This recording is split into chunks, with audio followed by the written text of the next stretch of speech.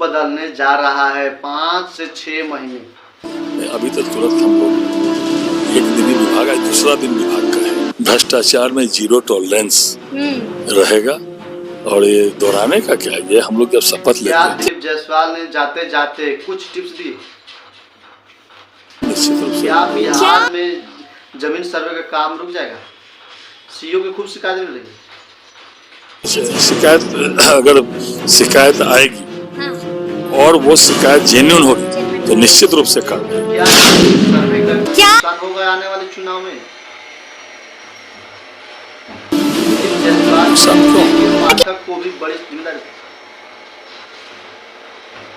निश्चित रूप से अच्छे पदाधिकारी। संजय कुमार आप देख रहे हैं, संजय टेक को आप लोग देख रहे हैं कि आप लोग को मालूम है कि कुछ वक्त पहले नीतीश कुमार के कैबिनेट में क्या है कि मंत्री जी को चेंज किया गया है कि आप इन व्यक्ति को जानते हैं, राजस्व एवं भूमि सुधार विभाग के मंत्री दिलीप कुमार जायसवाल जी थे, लेकिन अब राजस्व एवं भूमि सुधार के मंत्री हैं संजय सरावगी जी हमारे साथ जुड़ चुके हैं। सीधे बातचीत करते हैं। सबसे पहले तो आपको खूब सारी बधाई एवं मंत्री बन गए हैं। सबसे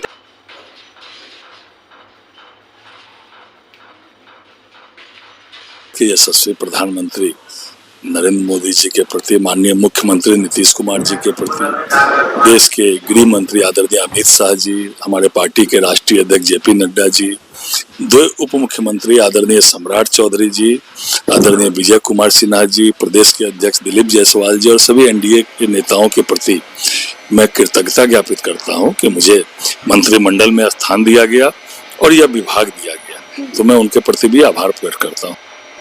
सबसे पहले तो आपसे मैं एक ही भी जानना चाहता हूं कि पहले से आपको मालूम था कि आपका नाम चर्चा में है, आपका नाम चल गया है मंत्री बनने की? निश्चिंत चर्चा में तो हर बार रहता था जी। 5 बार से मैं विधायक हूँ, प्रत्येक बार आप लोग चलाते रहते थे। बिल्कुल चला। तो इस बार भी चला रहे थे, तो मैं तो निश्चिंत था कि जैसे हर बार चलता था इस बार भी वैसे ही चल रहा है। लेकिन फिर पार्टी कार्यालय से टेलीफोन आया कि 2 बजे से बैठक है, आप आइए। तो मैं गया, वहाँ बताया गया कि नहीं आप लोग को मंत्रिमंडल में शामिल होना है। नहीं तो मैं तो जैसे 5 बार से चल रहा था इस बार भी वैसा ही समझ रहा था कि वैसा ही चल रहा है। जैसे हर बार आप चला रहे थे वैसे इस बार भी सोचा यूं ही चल रहा। हाँ, निश्चित रूप से जिम्मेवारी भी बढ़ी और चुनौतीपूर्ण जिम्मेवारी भी है और इसको हम लोग निश्चित रूप से इसको चुनौती मानकर जो है इस काम को हम लोग आगे बढ़ाएंगे। लेकिन आपको मालूम था कि मंत्री आप पद पे क्या है कि जो विराजमान है, जो बैठे हुए हैं उसमें कुछ महीनों के लिए हैं, ऐसे में क्या लगता है आपको? बड़ा आपको बताया ना, मुझे चुनौतीपूर्ण काम मिला है और उस चुनौती को हम लोग निश्चित रूप से चुनौती को स्वीकार करते हुए और काम, जिस विभाग का जो हमारा काम है आम जनता को न्याय देना, क्योंकि हमारा जो विभाग है राजस्व एवं भूमि सुधार विभाग, वो आम जनता को जमीन संबंधी सारे काम जो है सुविधा पूर्वक हो जाए और जो विभाग का काम है वो विभाग सही से काम करे, यही काम है। इसको हम लोग ईमानदारी पूर्वक काम करें। जा रहे हैं आप 5 से 6 महीने। अभी तो तुरंत हम लोग एक दिन ही विभाग, आज दूसरा दिन विभाग का है और हम लोग समीक्षा कर रहे हैं। जहाँ नीचे जमाबंदी वगैरह में प्रॉब्लम हो रही है या रसीद कटने में प्रॉब्लम हो रही है या डीसीएलआर साहब के यहाँ बहुत सारे केस पेंडिंग है, चाहे सीओ के यहाँ जो समस्याएं हैं, चाहे नीचे कर्मचारी जो अपने यहाँ बहुत कम बैठते हैं, हम लोग लगे हुए हैं कैसे उसको जो है हम लोग ठीक करें और आम जनता को इस विभाग से न्याय मिले और आम जनता को समस्या कम से कम हो और जो हमारे विभाग का काम है वो विभाग आम जनता को न्याय दे। इस काम में हम लोग लगे हुए हैं और प्रयास भी करें। लेकिन हमें यहाँ याद है कि जब यहाँ पर हम आए हैं, जब भी ये मेरी बात दिलीप जायसवाल जी से हुई थी, तो एक बात क्या है कि हमेशा करते थे कि बताते थे, साफ कहते थे कि जिस कुर्सी पर मैं बैठा हूँ उस पर इतना भी दाग नहीं लगने दूंगा। क्या यही बात संजय सरावगी जी? निश्चित रूप से भ्रष्टाचार में जीरो टॉलरेंस रहेगा और ये दोहराने का क्या, ये हम लोग जब शपथ लेते हैं उसी समय प्रतिज्ञा करते हैं कि जीरो टॉलरेंस मेरे विभाग, भ्रष्टाचार में जीरो टॉलरेंस इस चैम्बर में भी रहेगा। हम उंगली दिखा दिए, हम लोग जो कहते हैं वही करते हैं और वही करेंगे भी कि आम आदमी को सुविधा पूर्वक हमारे विभाग से न्याय मिले और जीरो टॉलरेंस भ्रष्टाचार के मामले में मैं। आपने खबरदार हो जाए, तो आपसे भी जानना चाहता हूँ, क्या दिलीप जायसवाल जी ने जाते जाते कुछ टिप्स भी दी? निश्चित रूप से वो अपनी कुर्सी मुझे दी है, प्रदेश अध्यक्ष जिस चेयर पर थे और वो अपनी कुर्सी मुझे दी है, तो उन्होंने यही कहा कि अच्छे से विभाग चले, कैसे आम जनता को न्याय मिले, आम जनता को सुविधापूर्ण इस विभाग से काम हो, तो ये होगा और हम लोग लगे हुए हैं। लेकिन बिहार की जनता, मंत्री जी, जानना चाहती है कि क्या बिहार में जमीन सर्वे का काम जो रुक जाएगा? नहीं, सरकार ने उसके 2026 तक उसको बढ़ाया है और सबको पता है ये, तो उसमें काम चल रहा है। नहीं रुकेगा, क्यों रुकेगा? रफ्तार चलेगा एकदम, रफ्तार तो पकड़ा ही हुआ है, जैसे रफ्तार पकड़ा हुआ है वैसे ही रफ्तार रहेगा और सरकार ने 2026 तक उसको पूरा करने का लक्ष्य निर्धारित किया है। और अब प्रत्येक प्रमंडल में जो है ऑनलाइन जो है, पहले एक मुख्यालय स्तर पर वो हुआ करता था, ऑनलाइन जो लोग आवेदन दे रहे थे, प्रमंडल स्तर पर वो हुआ है। और इसको कैसे और सर्वसुलभ बनाया जाए आवेदन को, और अमीन सही से जाके नापी करे, कहीं नीचे स्तर तक कहीं गड़बड़ी नहीं दिखे। सीओ की खूब शिकायतें मिल रही है। शिकायत, अगर शिकायत आएगी और वो शिकायत जेन्युइन होगी तो निश्चित रूप से कार्रवाई, सीओ पर भी कार्रवाई होगी, इतना भी जेन्युइन शिकायत आएगी और सही शिकायत रहेगी, उसको विभाग अगर अप्रूव करेगा तो निश्चित रूप से कार्रवाई, निश्चित तौर पर कार्रवाई होगी। आपको क्या लगता है कि क्या जमीन सर्वे का नुकसान होगा आने वाले चुनाव में या फायदा? नुकसान क्यों होगा? किशोर ने कहा था आखिरी कील है। मेरी तो जो जमीन जिनकी है, जिनका सर्वे हो रहा, उन लोग कई लोगों से बात हुई, मंत्रिमंडल में शामिल होने के पूर्व में भी बात हुई। आम लोगों का ये कहना है कि अब हमारे नाम पर जमीन हो जाएगी। अभी मेरे बाप दादा के परदादा के नाम पर जमीन थी, अब मेरे नाम पर होगी, मेरे भाई के नाम पर होगी। तो हम लोग को, अभी तो हम लोग का जो कागज है जो, वो तो हमारे दादा परदादा के नाम पर है, और अब अगर हम 5 भाई है, 5 भाई के नाम से अलग अलग जो है सर्वे हो जाएगा तो ये अच्छा रहेगा, और ये आम लोगों को भी यही करना है। लेकिन कुछ नीचे स्तर पर जो गलत लोग हैं वो लोग इसको गड़बड़ी करते हैं, आम लोगों को कष्ट होता है उससे। इसको हम लोग प्रयास करेंगे उसको सही जो है नापी हो जाए, सबकी जो है सही से सर्वे हो जाए। अगर सर्वे सही से हो जाता है तो इससे आम जनता को बहुत फायदा होने वाला है, नुकसान नहीं होने वाला है। जरूर होने वाला है, फायदा होने वाला है, नुकसान नहीं होगा। लेकिन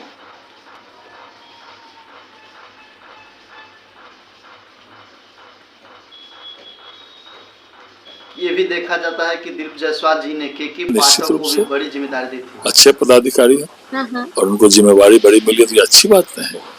और आदरणीय दिलीप जायसवाल जी जो काम कर रहे हैं तो उसी काम को हम लोग आगे बढ़ाएंगे, उससे काम को आगे बढ़ाया जाएगा। और ये भी मालूम है कि क्या बजट भी पेश हो गया है, विपक्ष कह रहे हैं कि धोखा है, फर्जी है।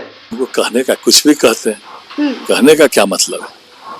हमारा बजट जो है गरीब, किसान, युवा और महिलाओं को समर्पित है।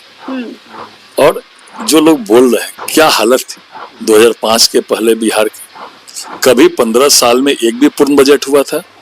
और हम लोग जब से सत्ता में आए, एनडीए जब से सत्ता में आया, प्रत्येक साल पूर्ण बजट होता है और लगभग 23-24 हजार करोड़ था 4-5 का बजट, और अभी 3,17,000 करोड़ का बजट जो हुआ है, लगभग 13% बजट में बढ़ोतरी हुई है। और मैंने कहा यह गरीब, किसान, युवा और महिलाओं को समर्पित है, और पूरे बिहार में कैसे आम लोगों को सुविधा मिले, कैसे बिहार विकास की और आगे बढ़े, कैसे पर कैपिटा इनकम बिहार का बढ़े, वो बजट है।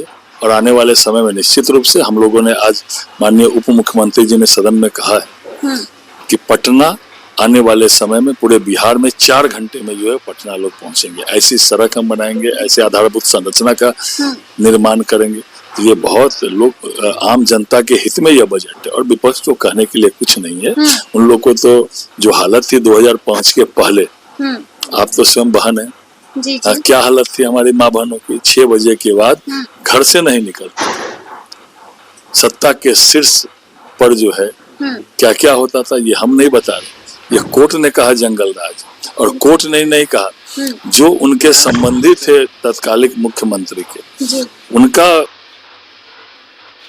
सत्ता के एकदम नजदीक थे, जी वो खुद ही बता रहे थे कि अपहरण उद्योग कैसे चल रहा था। अब तो सब कुछ पर्दाफाश हो गया। तो वो लोग वही के दो तरह के, परिवारवाद, भ्रष्टाचार, जंगल राज, जी यही था। और हम लोग में तो न्याय के साथ विकास चल रहा है। माननीय प्रधानमंत्री जी और माननीय मुख्यमंत्री जी के डबल इंजन की सरकार चल रही है।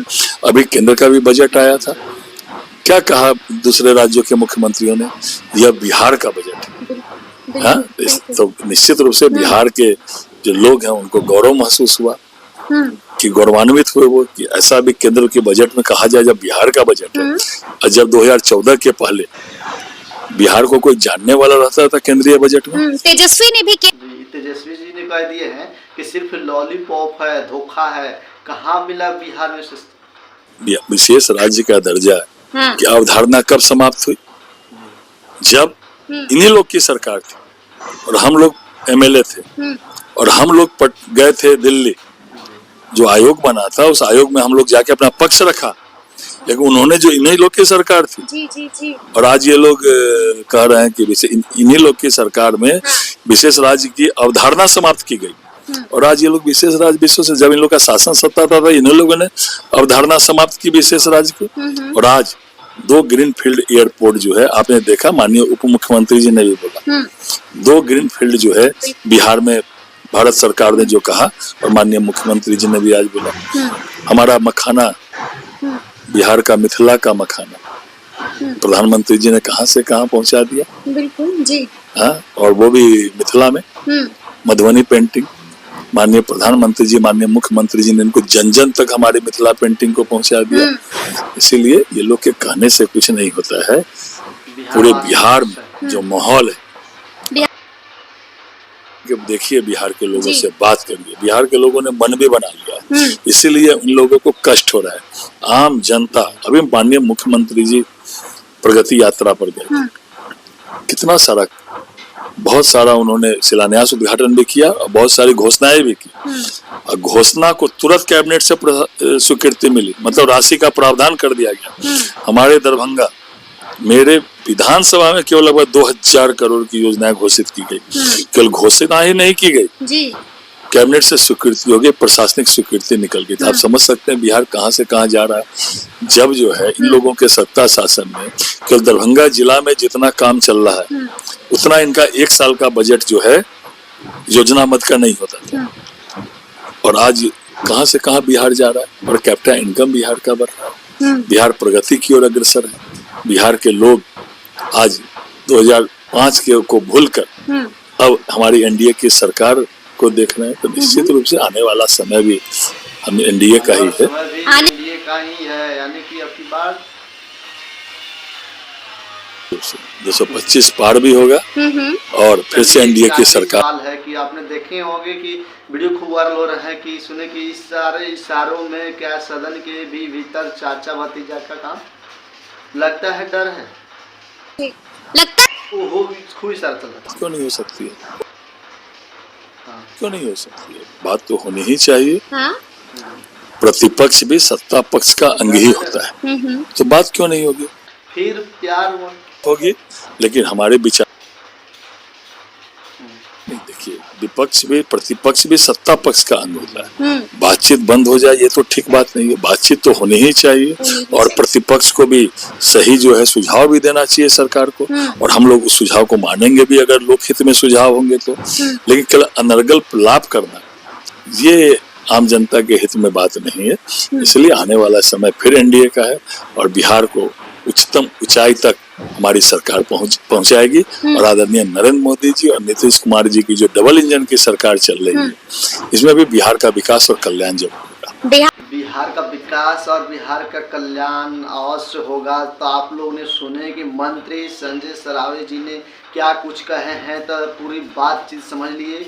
आप लोग की कैसी बात, इनकी राय लगी, आप लोग कमेंट बॉक्स में कमेंट करके जरूर बताइए।